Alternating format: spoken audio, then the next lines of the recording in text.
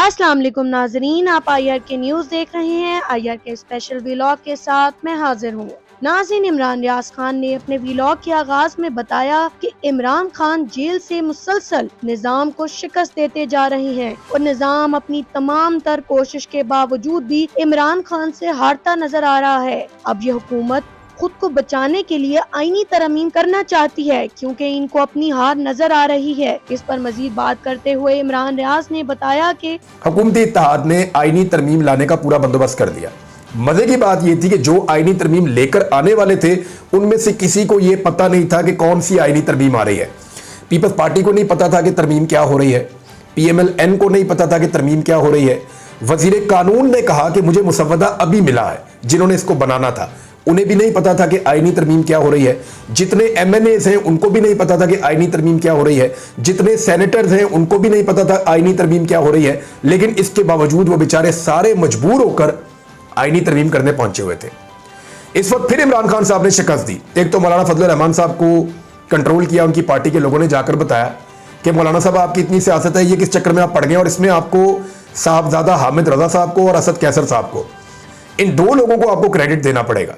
कुछ लोग जो हैं वो मौलाना साहब की अपनी पार्टी में भी हैं और उन्होंने भी बड़ा जोर लगाया। उन्होंने बताया मौलाना साहब को कि मौलाना साहब पहले ही सियासत फारग हो गई है, ये करेंगे तो और फारग हो जाएगी। तो फिलहाल तो मौलाना साहब ने अपने आप को होल्ड कर दिया। एक तो मौलाना साहब को कामयाबी से पाकिस्तान तहरीक इंसाफ ने पीछे रखा इस कानून साजी से। दूसरा, उन्होंने अपने जितने भी बंदे ऐसे थे जो टूट सकते थे, इधर उधर हो सकते थे, उनको मैनेज करना शुरू किया। 3 बंदे पाकिस्तान तहरीक इंसाफ ने मैनेज किए और 2 बंदों के घर वाले मैनेज किए थे।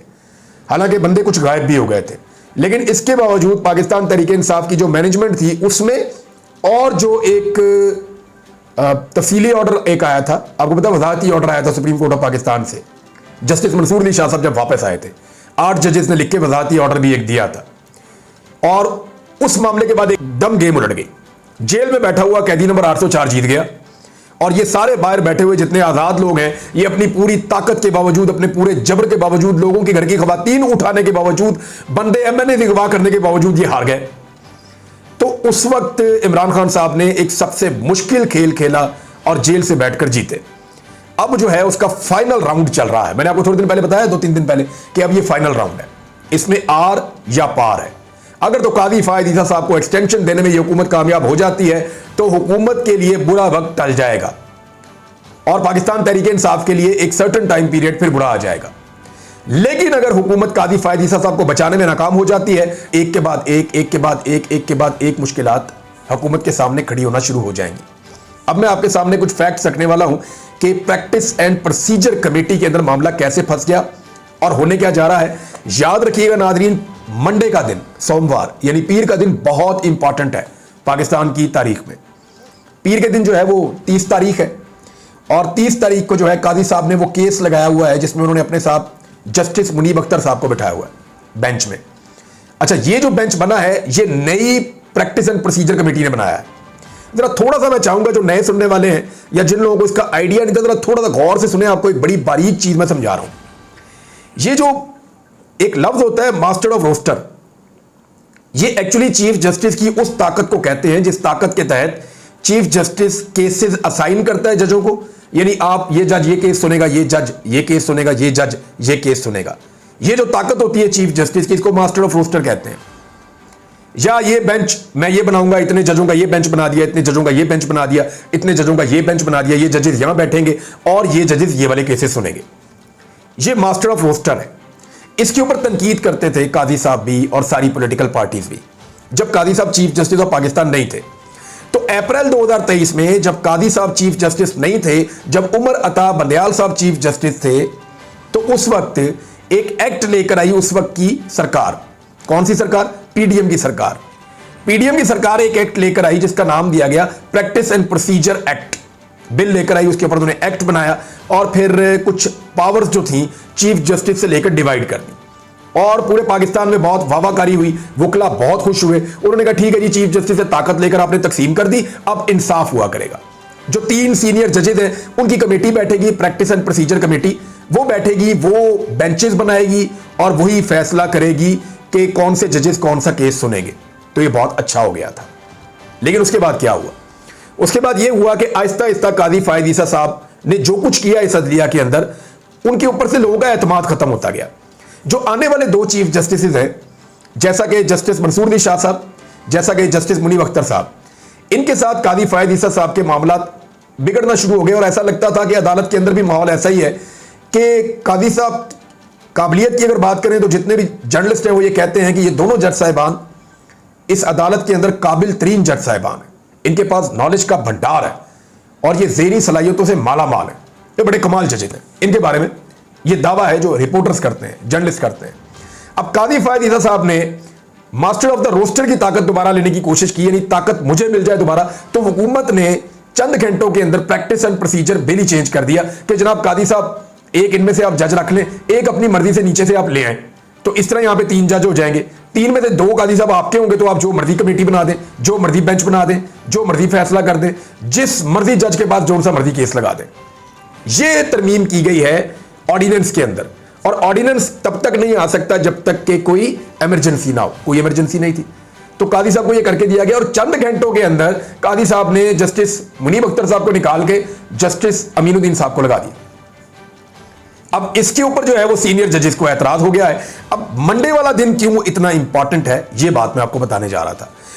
मंडे को जनाब, क्योंकि अब प्रैक्टिस एंड प्रोसीजर कमेटी जो होती है, इस वक्त जो कमेटी बनी हुई है उस पर जस्टिस मुनीब अख्तर साहब को क्योंकि निकाल दिया गया है और जस्टिस मंसूर अली शाह साहब उसमें से खुद बाहर हो गए, तो अब काजी साहब और काजी साहब के एक पसंदीदा जज, ये 2 लोग उसके अंदर मौजूद हैं। तो ये 2 लोग अब फैसला करेंगे कि अगले हफ्ते के लिए, मंडे और ट्यूसडे और वेडनेसडे, यानी अगले पूरे हफ्ते के लिए कौन से जजेस कौन से केसेस सुनेंगे, कौन कौन से बेंचेस बनेंगे और कौन सा जज कौन सा केस कहां पे लगेगा। ये सारा इन्होंने अब करना है मिलकर। अब ये काजी साहब जो फैसला करेंगे होना तो वही है। अब इस मामले में अभी तक इन्होंने 2 बेंच बनाए हैं जो मेरी इत्तला के मुताबिक। एक तो इन्होंने बनाया जो 30th को केस सुनेगा वो भी मंडे को लगेगा, और एक और है, 1-2 लगाए। बाकी जो रूटीन के बहुत सारे केसेस होते हैं, क्योंकि एक एक बेंच के सामने 10-10 केसेस लगने होते हैं, एक एक जज को 10-10 केसेस रोजाना के सुनने होते हैं, या बाद को ज्यादा भी बाद को कम भी। तो जब इतनी ज्यादा तादाद में जजेस केसेस सुनते हैं तो वो लाजमी बात है कि जब ये कमेटी बनाएगी, रोस्टर जब बनाएगी केसेस का सारा तफसीलात और बेंचेस, तो यही 2 लोग मिलकर बनाएंगे।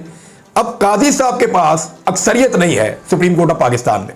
अगर मंडे को जजेस रिएक्ट कर गए, यानी जजेस ने इस कमेटी के फैसलों के मुताबिक बेंचेस में बैठने से इनकार कर दिया, मैं अगर का लफ्ज इस्तेमाल कर रहा हूं, और इसके इम्कानात का लोग इजहार भी कर रहे हैं कि मुमकिन है कि यह हो जाए, तो इसलिए मंडे का दिन बहुत इंपॉर्टेंट है। नाज़रीन, इमरान रियाज ने कहा कि इसी वजह से पीर का दिन काफी अहमियत इख्तियार कर गया है, क्योंकि ये पीर को पता चलेगा कि जस्टिस मुनीब अख्तर कियानी क्या करने जा रहे हैं। इमरान रियाज ने कहा कि जस्टिस मुनीब 2 तरीकों से रद्द-ए-अमल दे सकते हैं। या तो वो ये कहेंगे कि मैं इस बेंच में नहीं बैठूंगा क्योंकि प्रैक्टिस एंड प्रोसीजर बिल पर जो बेंच बनाया गया है मेरे उस पर तहफुजात हैं, या फिर हो सकता है कि वो इस बेंच में बैठे तो सही मगर उस केस को इतना लंबा लटका दें कि काजी फायद ईसा के रिटायरमेंट करीब आ जाए। बहुत ज्यादा इम्कानात इस चीज के भी हैं कि जजेस ये कह दें कि हम इस कमेटी में इसलिए नहीं बैठेंगे क्योंकि हमारे तहफुजात हैं, और यही बात आने वाले चीफ जस्टिस मंसूर अली शाह ने भी कही है। ये बात पाकिस्तान भर के बार काउंसिल्स भी कर रहे हैं और यही मुतालबा अवाम और सिविल सोसाइटी का भी है। नाजरीन, इमरान रियाज ने बताया, मुतीउल्लाह जान साहब से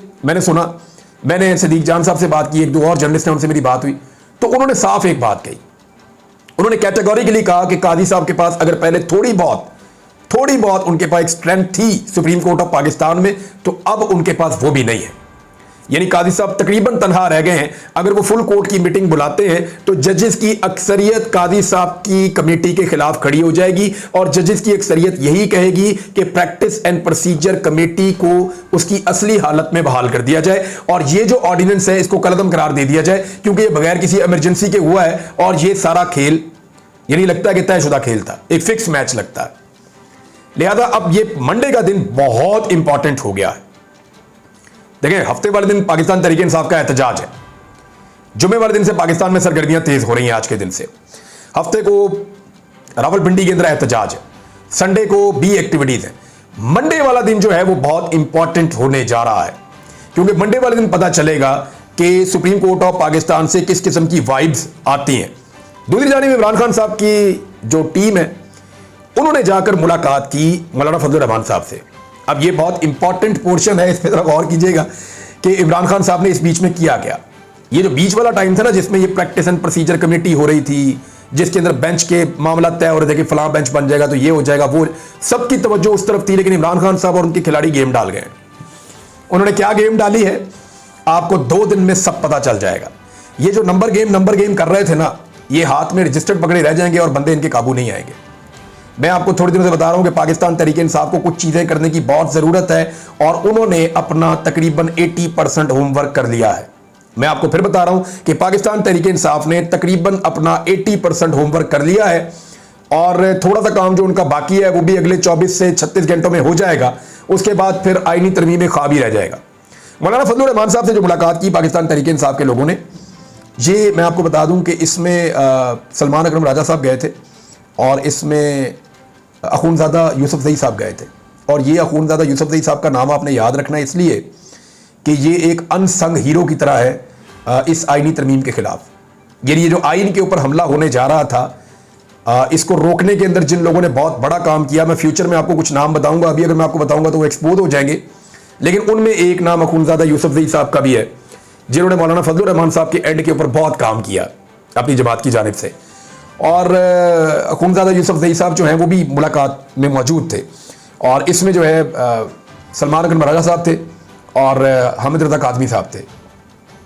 तो इन दोनों ने मुलाकात की है और मेरी इत्तला के मुताबिक मौलाना फजलुर रहमान साहब ने कहा कि जी इन्होंने जाके बताया कि एक्चुअली मौलाना साहब जो आईनी तरमीम की हमें समझ आई है ना, वो एक्चुअली हमें विक्टिमाइज करना चाह रहे हैं, इमरान खान को मिलिट्री कोर्ट में भेजना चाह रहे हैं और इसके असरात बड़े दूर रस होंगे। ये कल को सारी पॉलिटिकल पार्टीज को भुगतना पड़ेगा। कौन कौन सी चीजें कैसे कैसे करने की कोशिश की जा रही थी, वो सारे नुकात इन्होंने कानूनी सामने रखे मौलाना साहब के। तो मौलाना साहब ने जो एक वाज़े बात कही और उन्होंने, मेरी मौलाना साहब की ये खूबी तो है, वो एक जुमले के अंदर उन्होंने सारी बात जो है वो सामने रख दी। मौलाना साहब ने कहा जी मैं अपना कंधा फराहम नहीं करूंगा, यानी हुकूमत को इस गलत काम के लिए मैं अपना कंधा फराहम नहीं करूंगा। और फिर उसके बाद एक और फैसला हुआ, वो ये हुआ कि पाकिस्तान तहरीक-ए-इंसाफ और फजलुर रहमान साहब की पार्टी मिलकर जो है वो एक मुसव्वदा तैयार कर ले। अब ये मुसव्वदा तैयार करने में कितना टाइम लगेगा? जब जेयूआई के लोगों से रब्ता हुआ तो उन्होंने कहा जी कि कामरान मुर्तज़ा साहब से, एक जर्नलिस्ट, उन्होंने रब्ता किया, मेरी उनसे बात हुई जुबैर अली खान साहब से, तो उन्होंने कहा जी कि इसके ऊपर तो फिर 1-1.5 माह भी लग सकता है। यानी ये जो कादी साहब की रिटायरमेंट है इसके बाद तक पाकिस्तान तहरीक-ए-इंसाफ और फजलुर रहमान साहब जो है मुसव्वदा तैयार कर रहे होंगे। दोस्तों, अब तो ये आने वाला वक्त ही बता सकेगा कि क्या ये आईनी तरमीम कामयाब हो पाती हैं या पीटीआई और मौलाना फजलुर रहमान मिलकर इस साजिश को नाकाम बना देंगे। आने वाले दिन पाकिस्तानी सियासत के लिए इंतहाई अहमियत के हामिल हैं। नाज़रीन, इमरान रियाज ने उसके बाद काजी फ़ाइज़ ईसा के इशू के हवाले से गुफ्तगू करते हुए ये बताया कि काजी फ़ाइज़ ईसा अपने ऊपर जुमला कसने वाले के तो खिलाफ हैं, मगर काजी फ़ाइज़ ईसा ने जिन के साथ मुजालिम हुए उस पर चीफ जस्टिस होने के बावजूद भी खामोशी इख्तियार की और सिर्फ जालिम का साथ दिया। इमरान रियाज ने कहा कि काजी फ़ाइज़ ईसा साहब के लिए एक मैसेज भी है। देखिए, मुझे उस खातून पे तरस आया जो काजी फ़ाइज़ ईसा के साथ खड़ी हुई थी। मुझे काजी साहब से कोई हमदर्दी नहीं है। उसकी वजह यह है कि कादी साहब ने जो भी इस मुल्क के अंदर किया, जो नफरत की आग लगी हुई है, उसके अंदर उनका अपना एक किरदार है। यानी उनके फैसले हैं जिसकी वजह से लोग, उनके शिकवे हैं लोगों के, उनके गिले हैं। और पाकिस्तान तहरीक-ए-इंसाफ को जिस तरह उन्होंने दीवार के साथ लगाया, जिस तरह करोड़ों वोटरों का उन्होंने हक छीन लिया, जिस तरह एक पॉलिटिकल पार्टी को जो है वो तकरीबन ख़त्म कर दिया, जो फस्तायत इस मुल्क में हुई, मैं खुद इसका निशाना बनाऊँ। लेकिन मैं सोच रहा था कि हम काजी फ़ाइज़ ईसा साहब से कितने बेहतर हैं। यानी हमें उठाया गया, मारा गया, बार बार चादर और चार दीवारी का तकद्दुस पामाल किया गया। मैंने इन चीज़ों को खुद फेस किया है। मेरे घर में ख़वातीन को डराने के लिए जो है वो नकाब पोश लोग जो है वो बार बार पिस्टल्स को चैम्बर्स मारते थे, बार बार पिस्तौलों को चैम्बर्स मारते थे, सिर्फ ख़वातीन को हरासा करने के लिए। पुलिस वाले नहीं थे, नकाब पोश थे, दूसरे लोग थे। और क्योंकि हमारे घर में क्योंकि वेपन्स होते हैं तो सबको पता है, तो मुझे बाद में मेरी अहलिया ने एक बात पूछी। उन्होंने कहा ये बार बार क्यों, उसकी गन ख़राब थी? मैंने कहा क्या हुआ? उसने कहा जी वो बार बार उसको ऐसे चैम्बर मारता था, बार बार मारता था, उसकी आवाज़ हमें सुनाता था। तो मैं उसे कहने लगी थी कि ये आपकी गन ख़राब है, क्योंकि इसको तो एक ही दफ़ा करते हैं तो गोली ऊपर आ जाती है। वो हमारे क्योंकि हमारे अंदर क्योंकि फैमिली में पश्तून फैमिली है, तो इन्होंने बचपन से बच्चों ने हथियार सब ने देखे हुए होते हैं, सबको आइडिया होता है। मेरी बेगम खुद भी शूटिंग करती है, मेरे वालिद साहब बड़े अच्छी शूटिंग करते हैं, मैं खुद भी शिकारी हूँ, तो फैमिली के अंदर हमें वेपन्स का आइडिया है। तो ये अजीबोगरीब गंदी गंदी हरकतें ये करते थे।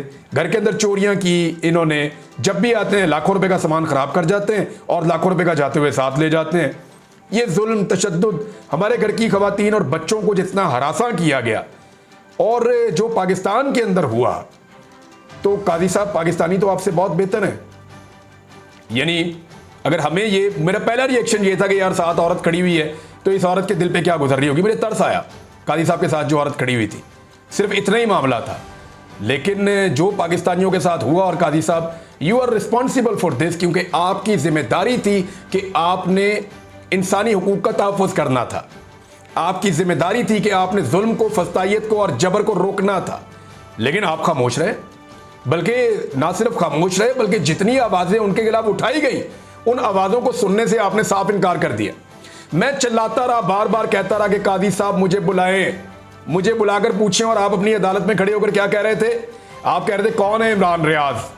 तो काजी साहब मैं आपको बताता हूं कि मुझे जिन इदारों ने उठाया था और जिन्होंने मुझे गायब किया था, उन्होंने मुझे कहा था कि जब हमारा चीफ जस्टिस आएगा जो हमारी बात सुनेगा तो हम तुझे छोड़ देंगे।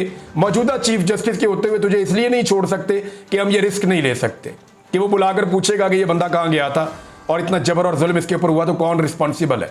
तो काजी साहब आपके ऊपर इतना भरोसा था उन रियासती इदारों को जिन्होंने मुझे अगवा किया, मुझ पे तशद्दुद किया, मेरे और मेरे घर वालों के लिए 5 महीने तक अजियत का बाइस बने रहे।